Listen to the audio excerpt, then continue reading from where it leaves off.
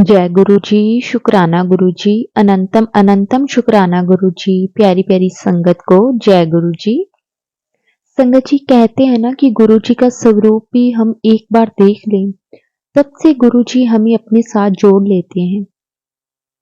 लेकिन संगत जी कई बार हमें इस बात का एहसास नहीं होता और हम धीरे धीरे संगत जी जब हमें एहसास होने लगता है तब तक संगत जी हम इतना इधर उधर भटक गए होते हैं ना कि हमें बाद में इस चीज का पता चलता है कि हमने कितनी बड़ी गलती की है।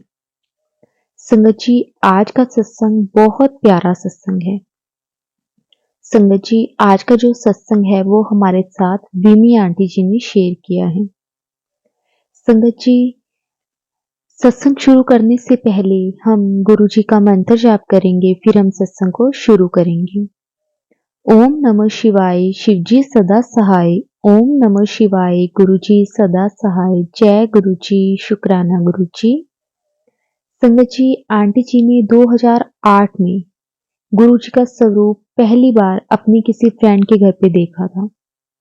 संगत जी उस टाइम गुरुजी ने समाधि ले ली थी। संगत जी आंटी जी की फ्रेंड ने उन्हें गुरुजी के बारे में बहुत कुछ बताया था, लेकिन संगत जी आंटी जी ने उस वक्त उस बात पर ज्यादा ध्यान नहीं दिया। शायद संगत जी अभी आंटी जी का सही टाइम नहीं आया था। फिर संगत जी उसके बाद 2010 में आंटी जी ने अपने ब्रदर के इन लॉज फैमिली में संगत जी गुरु जी का स्वरूप देखा था। आंटी जी के ब्रदर की शादी थी और उनकी जो भाभी की फैमिली थे, मतलब उनकी जो भाभी थे संगत जी, उनका मायके फैमिली में सब गुरु जी को मानते थे। जब वो पहली बार उनके घर पे गए तब उन्होंने गुरुजी का स्वरूप वहां पे देखा। उस वक्त तक संगत जी आंटी जी को गुरुजी के बारे में काफी कुछ पता था, क्योंकि उनकी फ्रेंड ने उन्हें बहुत कुछ गुरुजी के बारे में बताया हुआ था। लेकिन उस वक्त संगत जी आंटी जी ने ध्यान नहीं दिया। लेकिन जब 2010 में उन्होंने अपनी भाभी के घर पे गुरुजी को देखा तो उन्हें ये चीज पूछने की जरूरत नहीं पड़ी कि ये कौन है, क्योंकि उन्हें पता था कि ये गुरुजी हैं और इनकी काफी मान्यता है। लोग बहुत गुरुजी को मानते हैं। उनके आस-पास भी बहुत सारे लोग थे जो गुरुजी को मानते थे, लेकिन कभी आंटी जी का विश्वास संगत जी नहीं बना। तो संगत जी उसके बाद जैसे-जैसे टाइम निकला संगत जी, लेकिन आंटी जी गुरुजी के साथ कनेक्ट नहीं हुए। लेकिन कहते हैं ना कि संगत जी हमें लगता है कि हम गुरुजी के साथ कनेक्ट नहीं हैं, लेकिन गुरुजी ने हमें कब से अपने साथ जोड़ा हुआ है संगत जी, ये हम सब नहीं जानते। और गुरुजी हमेशा कहते हैं कि जब आप पहली बार मेरा स्वरूप देखते हो, मुझे देखते हो संगत जी, जब गुरुजी का स्वरूप हम देखते हैं ना तो वो साक्षात गुरुजी ही होते हैं। और जब हम पहली बार भी गुरुजी को देखते हैं ना संगत जी, उसी वक्त गुरुजी को हमें अपने साथ कनेक्ट कर लेते हैं। लेकिन ये हमारी भूल, हमारी गलतियां होती हैं कि हम इन चीजों के बारे में समझ नहीं पाते। संगत जी उस टाइम आंटी जी ने सेकंड टाइम गुरुजी का स्वरूप अपनी भाभी के घर पे देखा था। वहां भी गुरुजी के बारे में बहुत सारी संगत जी वहां पे बातें हुई थी। आंटी जी के जो मदर थे उन्होंने गुरुजी के बारे में पूछा, लेकिन आंटी जी को तो पता था, मतलब उनकी फ्रेंड ने उन्हें बताया हुआ था। लेकिन आंटी जी के जो मदर थे उन्होंने उनकी भाभी की जो मम्मी थे उनसे पूछा था गुरुजी के बारे में, तो वहां पे भी संगत जी बहुत सारी बातें हुई। संगत जी उसके बाद आंटी जी के ब्रदर की शादी हो गई और संगत जी वैसे ही टाइम निकल गया। तब भी आंटी जी ना ही उनकी कोई फैमिली मेंबर कोई भी गुरुजी के साथ कनेक्ट हुआ। लेकिन आंटी जी की भाभी मानते थे संगत जी उस टाइम गुरुजी को। लेकिन अब उनकी जैसे शादी हो गई थी तो जो इनके आंटी जी के घर पे जो भी संगत जी जो भी रिचुअल्स थे, जिन जो भी इनके गुरु थे और जिनको ये मानते थे संगत जी, आंटी जी के भाभी जी भी वैसे ही रहने लग गए। उन्होंने अपने रूम में गुरुजी का एक छोटा-सा स्वरूप अपने रूम में लगाया हुआ था, लेकिन कुछ ऐसा नहीं था कि वो घर पे अलग से गुरुजी की जोत करते थे या फिर गुरुजी को भोग लगाते थे। संगत जी ऐसा उनके भाभी जी नहीं करते थे, तो उनकी फैमिली वाले भी संगत जी फिर गुरुजी के साथ कनेक्ट नहीं हुए। अगर उनके भाभी गुरुजी के आगे जोत करते या फिर गुरुजी को भोग लगाते, तो शायद उनकी फैमिली वाले भी उस वक़्त गुरुजी के साथ कनेक्ट हो जाते। लेकिन संगत जी ऐसा कुछ नहीं हुआ, क्योंकि आंटी जी की जो भाभी थे उनको भी ऐसा लगता था कि वो अपनी कहीं मर्ज़ी करें तो उनकी जो इन-लॉज़ फैमिली है वो गुस्सा ना हो जाए। लेकिन उन्होंने कभी पूछने की संगत जी हिम्मत ही नहीं की मतलब। लेकिन आंटी औरों की फैमिली को इस बात से कभी कोई प्रॉब्लम नहीं थी कि वो किसी को भी मानते हैं, क्योंकि अपने से बड़ों की सबकी हमें रिस्पेक्ट करनी चाहिए। बात सिर्फ विश्वास की होती है, हमें जिस पर विश्वास है, हमारा कनेक्शन भी उन्हीं के ही साथ बनता है। लेकिन उनकी भाभी जी ने कभी अपनी फैमिली में कभी बोला नहीं, और संगत जी ऐसे ही काफ़ी टाइम फिर निकल गया। उसके बाद संगत जी 2012 में आंटी जी की संगत जी शादी थी, और संगत जी आंटी जी की शादी के बाद संगत जी जो आंटी जी के हस्बैंड थे संगत जी, वो भी गुरुजी के साथ कुछ थोड़ा टाइम पहले ही कनेक्ट हुए थे, लेकिन वो हम ऐसा नहीं कह सकते कि वो स्ट्रांगली गुरुजी के साथ भी कनेक्ट थे। उन्होंने भी 2-4 बार गुरुजी के सत्संग अटेंड किए हुए थे। संगत जी जो आंटी जी के हस्बैंड थे संगत जी वो फॉरेन में रहते थे, और संगत जी उसके बाद कुछ टाइम पहले की बात है, संगत जी लास्ट जनवरी की बात है कि आंटी जी के जो हस्बैंड थे वो वहाँ रहते थे, और उनके ना संगत जी शोल्डर्स में ना काफ़ी पेन रहता था। संगत जी धीरे-धीरे जैसे वो टाइम वहाँ पे निकलता गया, आंटी जी औरों की मैरिज के बाद संगत जी 2 महीने तक अंकल जी वहाँ रहे, और उसके बाद संगत जी वो फॉरेन रहते थे और वो वहाँ चले गए। आंटी जी अभी इंडिया में ही थे। तो संगत जी उनके ना शोल्डर में बहुत पेन रहता था, तो संगत जी वो जो यहाँ काम करते थे, उन्हें काम में बहुत प्रॉब्लम्स होती थी। तो उसके बाद संगत जी जैसे-जैसे टाइम निकला, और वहाँ पे जैसे जनवरी-फरवरी के टाइम में संगत जी वहाँ पे जैसे स्नोफॉल भी होती थी, सर्दियों के कारण भी संगत जी उनकी जो बॉडी थी वो अकड़ जाती थी। बहुत पेन होता था, उनसे वो पेन सहन नहीं होता था। उसके बाद संगत जी फरवरी में वो पेन बहुत ज़्यादा बढ़ गया। संगत जी इतना बढ़ गया कि उनसे उनके हाथ तक संगत जी हिलने बंद हो गए थे, मतलब इतना वो पूरा शरीर अकड़ गया था। हम ठंड की वजह से भी संगत जी कह सकते हैं, लेकिन उन्हें कुछ ऐसी प्रॉब्लम थी संगत जी जिसके कारण उनके जो जहाँ वो काम करते थे संगत जी, वो काम उनका बहुत टफ था, जिसके कारण संगत जी उनका जो भी काम में काम करते थे संगत जी, तो उसके कारण भी उनके जो शोल्डर्स में ना काफ़ी पेन रहता था। तो संगत जी उसके बाद जैसे उनका पेन बढ़ा, तो उन्होंने वहाँ पे अपना ट्रीटमेंट करवाया, लेकिन उनकी वहाँ पे केयर करने वाला संगत जी कोई भी नहीं था। क्योंकि वहाँ पे आंटी जी के हस्बैंड अकेले रहते थे, उनके साथ एक तो फ्रेंड्स रहते थे, लेकिन संगत जी वहाँ पे हर कोई अपनी-अपनी लाइफ में बिज़ी होता है, किसी के पास किसी के लिए कोई टाइम नहीं है। लेकिन फिर भी वो उनके फ्रेंड्स काफ़ी हेल्पफुल थे, वो जब भी अंकल जी को प्रॉब्लम होती तो उन्हें हॉस्पिटल लेकर जाना, उनके लिए मेडिसिन लेकर आना, इस तरह का काम कर देते थे। लेकिन संगत जी अ, कह अ, लेकिन जो अंकल जी का जो खुद का काम था, वो अंकल जी को खुद ही करना पड़ता था, चाहे वो पेन किलर लेकर करें या फिर इंजेक्शन इंजेक्शन लगवा कर करें। लेकिन संगत जी अपना काम अंकल जी को खुद ही करना पड़ता था। उनका काम करने के लिए वहाँ पे कोई भी नहीं था उनकी हेल्प के लिए। तो संगत जी अंकल जी को उस टाइम डॉक्टर्स ने भी यही बोला कि आपको केयर की बहुत ज़रूरत है। लेकिन संगत जी अंकल जी अपना काम छोड़कर भी वापस नहीं जा सकते, लेकिन उनकी हालत संगत जी एक टाइम पर आकर इतनी ज़्यादा खराब हो गई, क्योंकि अब उन्हें ये एहसास होने लग गया था कि अगर मैं यहाँ पे भी रहता हूँ, तब भी मेरे से काम नहीं होगा, और अगर मैं इंडिया आ जाता हूँ, तो शायद मेरी थोड़ी बहुत केयर होगी वहाँ पे, और वहाँ का जो ट्रीटमेंट है वो भी काफ़ी सही है। तो मैं इंडिया जाकर अपना ट्रीटमेंट करवा लेता हूँ और 1-2 महीने वहाँ पे रहता हूँ और मेरी केयर होगी, और उसके बाद मैं वापस आ जाऊँगा। तो संगत जी एक दिन अंकल जी का पेन बहुत ज़्यादा बढ़ गया। संगत जी अंकल जी की तबीयत बहुत ज़्यादा खराब हो गई, तो उन्होंने यही कोशिश की कि उनकी टिकट हो जाए। लेकिन संगत जी उन्होंने बहुत ट्राई किया लेकिन उनकी टिकट उनको नहीं मिल रही थी और जो मिल रही थी संगत जी वो बहुत महँगी थी और अंकल जी को यही था कि 1-2 दिन आस-पास की मिल जाए लेकिन उसमें थोड़ा कुछ रीज़नेबल रेट में हो। तो संगत जी अंकल जी ने 2-3 दिन वेट किया। वहाँ पे अंकल जी का कुछ ट्रीटमेंट चलता रहता था, कभी वो पेन किलर ले लेते थे, कभी दर्द के लिए इंजेक्शन लगवा लेते थे। संगत जी इस तरह से अंकल जी ने अपने 1-2 दिन निकाले और संगत जी फिर अचानक से अंकल जी के एक दिन दिमाग में आया कि यहाँ पे भी मैं ऐसे ही बैठा हूँ, ना मैं काम पर जा रहा हूँ और मेरे यहाँ पे भी खर्चा तो हो ही रहा है। तो अगर टिकट कुछ थोड़ी बहुत महँगी-सस्ती आ जाती है तो कोई बात नहीं, मैं अपनी टिकट बुक करवा लेता हूँ। लेकिन संगत जी जब अंकल जी चेक करते हैं तो उन्हें काफ़ी रीज़नेबल रेट पर वो टिकट मिल जाती है और अंकल जी अपनी टिकट बुक करवा लेते हैं।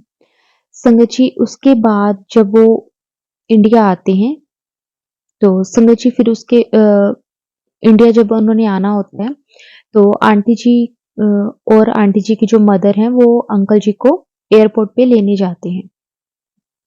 तो संगत जी ये ना हम कह सकते हैं कि ये ना गुरुजी की कोई कृपा थी कि गुरुजी ने उस वक़्त अंकल जी के मन में ये बात डाली और अंकल जी की टिकट करवा दी।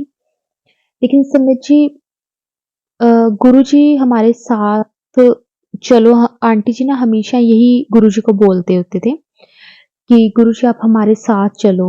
जब वो अंकल जी को एयरपोर्ट पे भी लेने गए तो संगत जी तब भी आंटी जी ने यही गुरुजी से बोला कि गुरुजी आप मेरे साथ चलो। संगत जी गुरुजी हमें अगर हम गुरुजी को ये बातें बोलते हैं, गुरुजी को हम याद करते हैं, तो संगत जी गुरुजी हमें एहसास भी करवाते हैं कि मैं हर पल तुम्हारे साथ हूँ। तो संगत जी जब आंटी जी और एयरपोर्ट पे जा रहे थे, तो उनके सामने अचानक से एक गाड़ी आती है और जिसके ऊपर लिखा होता है जय गुरुजी। तो आंटी जी के मन में भी एक अलग-सी फीलिंग्स आती हैं, अलग-सा उनको महसूस होता है कि हाँ, गुरुजी हर पल मेरे साथ हैं, कभी कुछ गलत नहीं होने देंगे। तो संगत जी आंटी जी और उनकी मदर जो होते हैं संगत जी वो एयरपोर्ट पहुँच जाते हैं। संगत जी जब उन्होंने अंकल जी को देखा तो संगत जी अंकल जी की हालत बहुत ज़्यादा ख़राब थी। उनकी कंडीशन बिल्कुल भी ठीक नहीं थी। तो संगत जी जैसे-तैसे करके अंकल जी अ, अपनी गाड़ी तक आए और संगत जी उसके बाद ड्राइवर के साथ वो आए थे। तो संगत जी जब वो घर के लिए कार में आ रहे थे तो रास्ते में संगत जी अचानक से अंकल जी की तबीयत बहुत ज़्यादा खराब हो जाती है। संगत जी अंकल जी की ना मतलब ऐसी हालत हो जाती है कि अंकल जी रोने लग जाते हैं ज़ोर-ज़ोर से कि मेरे से ये दर्द नहीं सहन हो रहा और संगत जी अंकल जी का शरीर एकदम से अकड़ जाता है और अंकल जी की साँसें फूलने लग जाती हैं, संगत जी दर्द के कारण। तो संगत जी वो ना जो ड्राइवर होता है तो वो बोलते हैं कि मुझे ऐसा महसूस हो रहा है कि अंकल जी को जैसे अटैक मुझे लग रहा है कि हो रहा है। तो संगत जी उन्होंने जल्दी-जल्दी वहाँ से वो हॉस्पिटल लेकर गए। संगत जी वहाँ जाकर हॉस्पिटल पहुँचकर अंकल जी का ट्रीटमेंट शुरू हुआ। तो संगत जी उस दिन गुरुजी ने ना अंकल जी को अगर संगत जी अंकल जी वो उस दिन टिकट ना करवाते, अगर अंकल जी वहीं पे बाहर फ़ॉरेन में होते, तो ना जाने अंकल जी संगत जी अकेले होते तो अंकल जी के साथ क्या कुछ हो जाता। लेकिन गुरुजी को पता था कि मुझे अपने बच्चे को सँभालना है, उसका ध्यान रखना है। तो संगत जी गुरुजी ने अपनी मेहर की, अपनी कृपा बरसाई उन पे और गुरुजी की कृपा से संगत जी अंकल जी का इंडिया में ट्रीटमेंट चला और अंकल जी को काफ़ी फ़र्क संगत जी लगने लगा।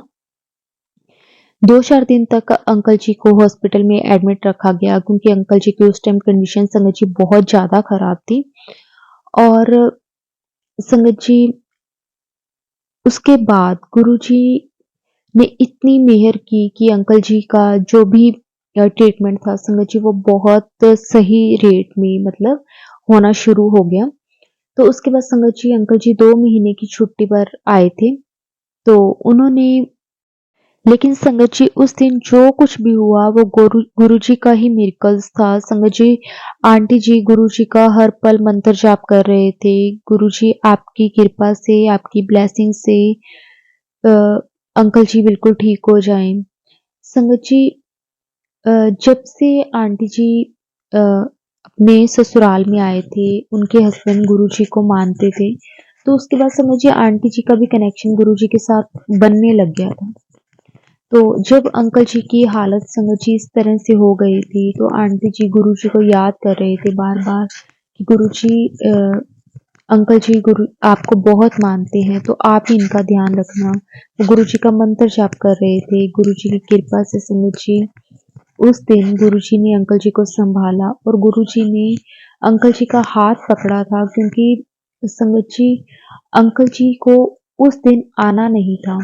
लेकिन गुरुजी ने अपने आप वो प्लान्स बनवाए और किस तरह से अंकल जी ने उस दिन सोचा कि टिकट चाहे महँगी हो चाहे सस्ती हो मैंने बुक करवानी ही करवानी है। लेकिन गुरुजी ने उस दिन भी अंकल जी को सँभाला कि जो भी टिकट जिस रेट में वो चाहते थे, उस रेट में अंकल जी को वो टिकट मिल गई और अंकल जी उस दिन वो इंडिया आ सके। अगर संगत जी उस दिन अंकल जी अकेले होते, तो कुछ भी हो सकता था। लेकिन गुरुजी हर पल संगत जी हमारी रक्षा करते हैं। फिर संगत जी उस दिन के बाद अंकल जी जब 2-4 दिन के बाद जब हॉस्पिटल से घर आ गए, तो संगत जी अंकल जी को ना ये एहसास बार-बार हो रहा था कि उस दिन उनके साथ कुछ बहुत बड़ा होना था, जो गुरुजी ने उन्हें हाथ रखकर सँभाल लिया। और संगत जी अंकल जी को बार-बार यही चीज़ महसूस हो रही थी। तो संगत जी उसके बाद अंकल जी का काफ़ी ट्रीटमेंट चला, उनको मेडिसिन्स अंकल जी लेते रहे और संगत जी डॉक्टर को जब कुछ दिन के बाद वो दिखाने गए तो संगत जी डॉक्टर्स ने एमआरआई करवाने के लिए बोला, ब्लड टेस्ट के लिए बोला और संगत जी जिस दिन उसकी रिपोर्ट आनी थी, क्योंकि डॉक्टर्स को ये बात नहीं समझ में आ रही थी कि उनके शोल्डर्स में ऐसी कौन-सी प्रॉब्लम्स हो गई हैं, जिसके कारण उनके इतना पेन हो रहा है। संगत जी वो जब भी वो पेन किलर लेते तो उसका संगत जी आधा पौना घंटा असर रहता। उतनी देर तक अंकल जी को ठीक लगता, लेकिन उसके बाद फिर वही दर्द, वही सब चीज़ें। तो डॉक्टर्स ने अपनी तसल्ली के लिए संगत जी वो टेस्ट करवाए। तो संगत जी गुरुजी ना हमारी हर एक अरदास को सुनते हैं। संगत जी जब वो टेस्ट करवाने गए तो आंटी जी मन ही मन में गुरुजी का मंत्र जाप कर रहे थे और संगत जी आंटी जी ने ना अंकल जी के गले में गुरुजी का लॉकेट स्वरूप डाल दिया था, ताकि हर टाइम गुरुजी उनके पास रहें। संगत जी ये लॉकेट स्वरूप आंटी जी को उनकी भाभी जी ने दिया था उनके लिए। लेकिन आंटी जी को उस वक़्त महसूस हो रहा था कि इसकी ज़रूरत उनसे ज़्यादा अंकल जी को है। तो संगत जी उस दिन जब आंटी जी ने वो लॉकेट स्वरूप पहनाया और वो गुरुजी का मंत्र जाप कर रहे थे और उनकी जब रिपोर्ट्स आनी थी, तो संगत जी, अंकल आंटी जी दोनों बहुत डरे हुए थे कि ऐसा कुछ ना आ जाए कि हम आगे जाके अंकल जी को और परेशानी हो। लेकिन संगत जी गुरुजी की कृपा से उनकी रिपोर्ट्स में ऐसा कुछ नहीं आया। उनकी ना जो शोल्डर्स वाली संगत जी जो बोन थी ना वो जगह छोड़ने लग गई थी। जिसके कारण संगत जी उनको पेन बहुत होता था। तो संगत जी उसके बाद डॉक्टर्स ने अंकल जी को 4-5 तरह की एक्सरसाइज़ बताई कि आप ये एक्सरसाइज़ किया करो और काफ़ी उनके वो मेडिसिन्स वगैरह भी संगत जी चली। उनके कई दिन के बाद हफ़्ते 10 दिन के बाद इंजेक्शन भी लगते थे। संगत जी अंकल जी 2 महीने तक इंडिया रहने के लिए आए थे कि जब तक उनका ट्रीटमेंट चलेगा। लेकिन गुरुजी की संगत जी इतनी मेहर हुई कि संगत जी उन्हें ना 20-25 दिन के बाद ही मतलब संगत जी फ़र्क महसूस होने लग गया। क्योंकि संगत जी गुरुजी को हम जब मानने लग जाते हैं, जब हम गुरुजी की शरण में आ जाते हैं ना, तो गुरुजी हमें ना अपने आप सँभालते हैं। गुरुजी को पता है कि उनका बच्चा इतनी ही प्रॉब्लम सहन कर सकता है। उसके बाद गुरुजी उस प्रॉब्लम से हमें धीरे-धीरे निकालने लग जाते हैं। समझिए उसके बाद जब अंकल जी को फ़र्क लगने लगा, अंकल जी ने अपने फिर टेस्ट करवाए, तो उसमें अंकल जी की काफ़ी इम्प्रूवमेंट दिख रही थी। तो संगत जी उसके बाद अंकल जी ने सोचा कि ऐसे यहाँ पे बैठने का भी कोई फ़ायदा नहीं है, अब मुझे काफ़ी ठीक लगता है और 1 महीने के बाद संगत जी अंकल जी 1 महीना तक तो इंडिया रहे और उसके बाद संगत जी वो वापिस चले गए। संगत जी उसके बाद उनके 4-5 महीने तो संगत जी बहुत आराम से निकल गए। लेकिन उसके बाद संगत जी फिर अंकल जी को वही पेन दोबारा वहाँ पे स्टार्ट हो गया और अंकल जी ने सोचा कि मैं ना इंडिया एक बार जाकर वापस दोबारा अपने टेस्ट करवा के और अगर मेडिसिन मेरी चेंज होगी तो मैं चेंज वगैरह करवा के और ले आऊँगा, एक बार मैं दिखा आता हूँ। क्योंकि संगत जी अंकल जी का जो काम था ना वो बहुत टफ काम था जिसमें उनके शोल्डर्स में काफ़ी ज़्यादा प्रेशर पड़ता था। तो संगत जी जिसके कारण अंकल जी की ना बॉडी में भी काफ़ी दर्द रहने लग गया था। तो संगत जी उसके बाद जब अंकल जी वापस आते हैं तो उनकी जो फैमिली होती है वो अंकल जी को बार-बार यही कहती है कि तू वहाँ पे काम छोड़ दे, ऐसे परेशान होने का कोई फ़ायदा नहीं है या फिर अगर तुझे वहाँ रहना है, तो तू अपने लिए कोई और काम देख ले। लेकिन समझिए अंकल जी जिस काम में थे वहाँ पे काफ़ी अच्छी उनकी सैलरी थी, काफ़ी अच्छा वो अर्न कर रहे थे। तो समझिए हर कोई यही सोचता है कि अगर मेरी सैलरी अच्छी है क्योंकि अगर हमें घर से बाहर रहना है तो उसमें हम यही सोचते हैं कि कुछ 2 पैसे अगर हम कमा सकते हैं, हमारे बच सकते हैं, वही काम में फ़ायदा है। तो संगत जी वो गुरुजी से ना हर पल अरदास करते थे कि गुरुजी अब आप ही बताओ कि मुझे क्या करना चाहिए? जो मेरे लिए सही हो, वो मुझे आप रास्ता बताओ। तो संगत जी एक दिन अंकल जी, आंटी जी बैठे थे तो संगत जी दोनों ही अंकल आंटी जी गुरुजी का सत्संग सुन रहे थे। संगत जी सत्संग में एक आंटी जी उन्हें बताते हैं कि जब मैं अपनी बात से बहुत परेशान होती हूँ ना, तो मैं गुरुजी के आगे पर्ची डाल लेती हूँ कि गुरुजी मुझे मेरे सवाल का जवाब दो, मुझे अब कुछ समझ में नहीं आ रहा। तो संगत जी जब अंकल आंटी जी ने वो सत्संग सुना तो उनके मन में भी यही बात आई कि मुझे गुरुजी के सामने पर्ची डालनी चाहिए कि गुरुजी मुझे आगे क्या करना चाहिए? मुझे इंडिया वापस आ जाना चाहिए? अगर मैं वहाँ रहूँ तो मुझे जॉब चेंज करनी चाहिए या फिर मुझे वही जॉब में रहना चाहिए? इस तरह से समझ जी अंकल जी के मन में बहुत सारे सवाल थे। जो भी सवाल थे समझ जी उसके आंसर्स जो वो चाहते थे गुरुजी से संगत जी उन्होंने उन पर्चियों के ऊपर लिखे। संगत जी अंकल जी ने 5 पर्चियाँ बनाई। तो संगत जी उनके बाद उन्होंने गुरुजी के आगे मंत्र जाप किया, गुरुजी से अरदास की कि जो गुरुजी मेरे लिए अच्छा हो, वही आप मेरे लिए करना। संगत जी उसमें से फिर उन्होंने गुरुजी के सामने अरदास करने के बाद संगत जी उसमें से एक पर्ची उठाई और उसमें संगत जी लिखा हुआ था कि तेरे लिए जो तू काम कर रहा है वो सही है। ये तेरे ऊपर कुछ टाइम के लिए कष्ट है और वो तुझे भोगना ही पड़ेगा। तो संगत जी गुरुजी का बहुत-बहुत शुक्राना कि गुरुजी ने अंकल जी के जो भी सवाल थे उसका जवाब दिया। संगत जी उसके बाद 15-20 दिन अंकल जी इंडिया रहे, वहाँ पे फिर अंकल जी को काफ़ी आराम मिलने लगा और अंकल जी वापिस चले गए। संगत जी उस दिन के बाद संगत जी अंकल जी के आज तक संगत जी कभी कोई दर्द नहीं हुआ। कोई कभी ये इस चीज़ का भी एहसास नहीं हुआ कि कभी उन्हें इस तरह की कोई प्रॉब्लम भी थी। मतलब गुरुजी ने अपने आप वो ठीक कर दिया और गुरुजी ने अंकल जी को आंसर भी दिया कि हाँ, कुछ टाइम के लिए तेरा कष्ट है वो तुझे सहना ही पड़ेगा। शुक्राना गुरुजी आपका बहुत-बहुत शुक्राना। समझिए उसके बाद अंकल आंटी जी ना हर एक चीज़ अगर कभी भी उनके मन में कोई दिक्कत, कोई परेशानी, कोई क्वेश्चन होता है ना समझिए वो गुरुजी के आगे पर्ची डालकर अपने जो भी सवाल होते हैं उसका जवाब वो गुरुजी से माँग लेते हैं।